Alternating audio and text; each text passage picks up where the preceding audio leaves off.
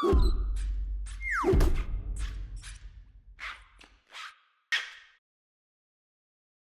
Xiaomi InkPalm 5 has been a force to be reckoned with when it comes to small ebook readers. Pretty much because, well, they don't exist. The Kobo Mini was released 10 years ago and is no longer available. The first InkPalm by Xiaomi came out in April of 2021. This is, for all intents and purposes, the second generation as explained to us by Xiaomi themselves when they sent us this sample for review. It's not worlds different, featuring a lot of the same specs, however it does have an upgraded processor, it is lighter, an all-new chrome mirror finish wraps around the entire unit, and an updated, more refined, albeit 100 mAh less, battery. So let's check it out. To understand how small this is an InkPalm next to a 6-inch e-reader, a 7-inch e-reader, and one of the most common screen sizes in the industry, a 10.3. The home screen is laid out with your apps in the middle and you have a bar at the very bottom. If you swipe from the top, you get all of your functions. You get refresh, you have clear memory, take a screenshot, Bluetooth, Wi-Fi, and a whole bunch of other settings like glow light, system-wide contrast, and Bluetooth audio. At the bottom here you also have regular mode and speed mode. We'll show you that when we get into a YouTube video to see how videos play on this unit. If you scroll at the bottom, you get home, you get the Get App ecosystem. This is where you're going to find everything like online courses, apps, ebooks, tutorials, things like that. Unfortunately, everything is going to be in the Chinese language, so you will have to read or understand Chinese to some degree in order to take advantage of all the services it has to offer.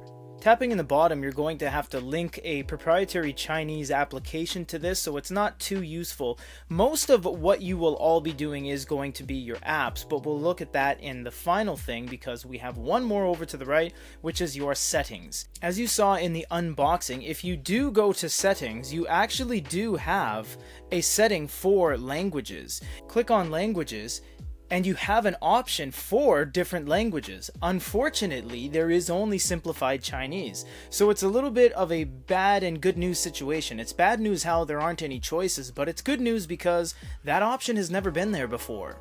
Like we said, apps is where you're going to spend most of your time. This is going to show you everything that you have side-loaded and pre-installed on here. All the things that have a rounded square are going to be the pre-installed apps, and everything that's going to be more colorful and a little bit not uniform are going to be the things you've side-loaded. Manga Rock, Manga Plus, the Goody Reader App Store, etc.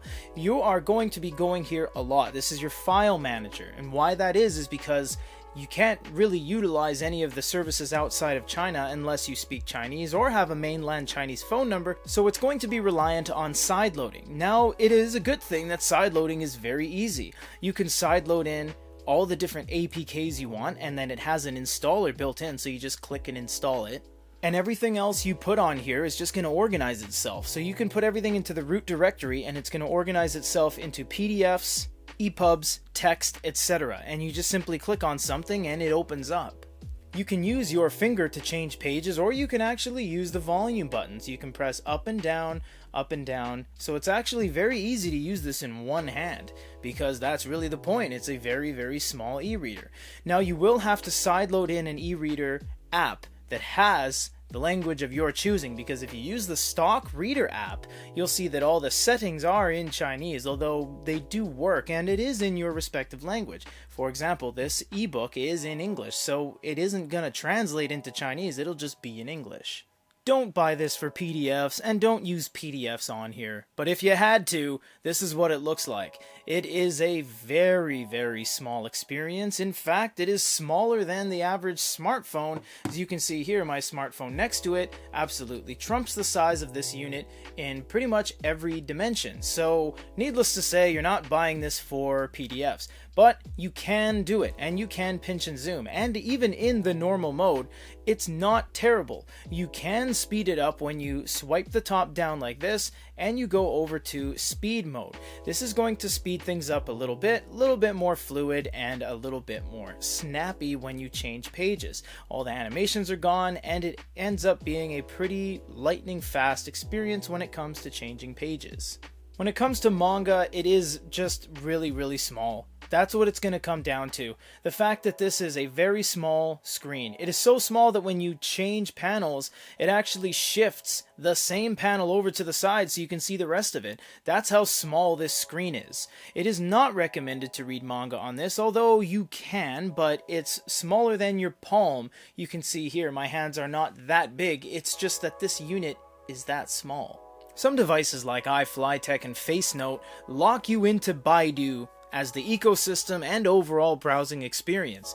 This doesn't. You can actually go anywhere you want just by typing in the address bar at the very top, and you can navigate over to that website completely free of any restrictions or blocks of any kind. And once you're there, the web browsing experience actually is not terrible. We have seen better, but for under $190, this is actually not bad.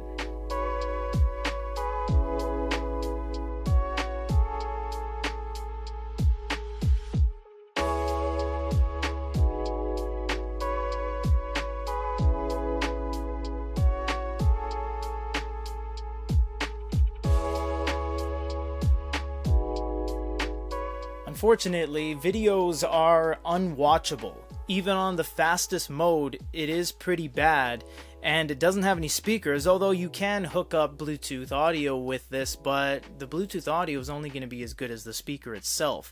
It has nothing to do with the size of the device either. In fact, back in 2015, the Siswu R9 was able to play fluid e-ink video 7 years ago. So it goes that all manufacturers are getting in on the incremental update bandwagon. Onyx is doing it, Boyu and Supernote is doing it, heck, even Amazon has been doing it for many moons. Manufacturers do slight upgrades and little tweaks and then re-release things as new and next generation, etc. Is this a 180-degree flip from the first gen? No, not necessarily, but it is nice that the device has an extremely large following, dedicated user base, and this bargain mini device exists as the only choice for small screen e-reader enthusiasts. For GoodyReader.com, this is Peter.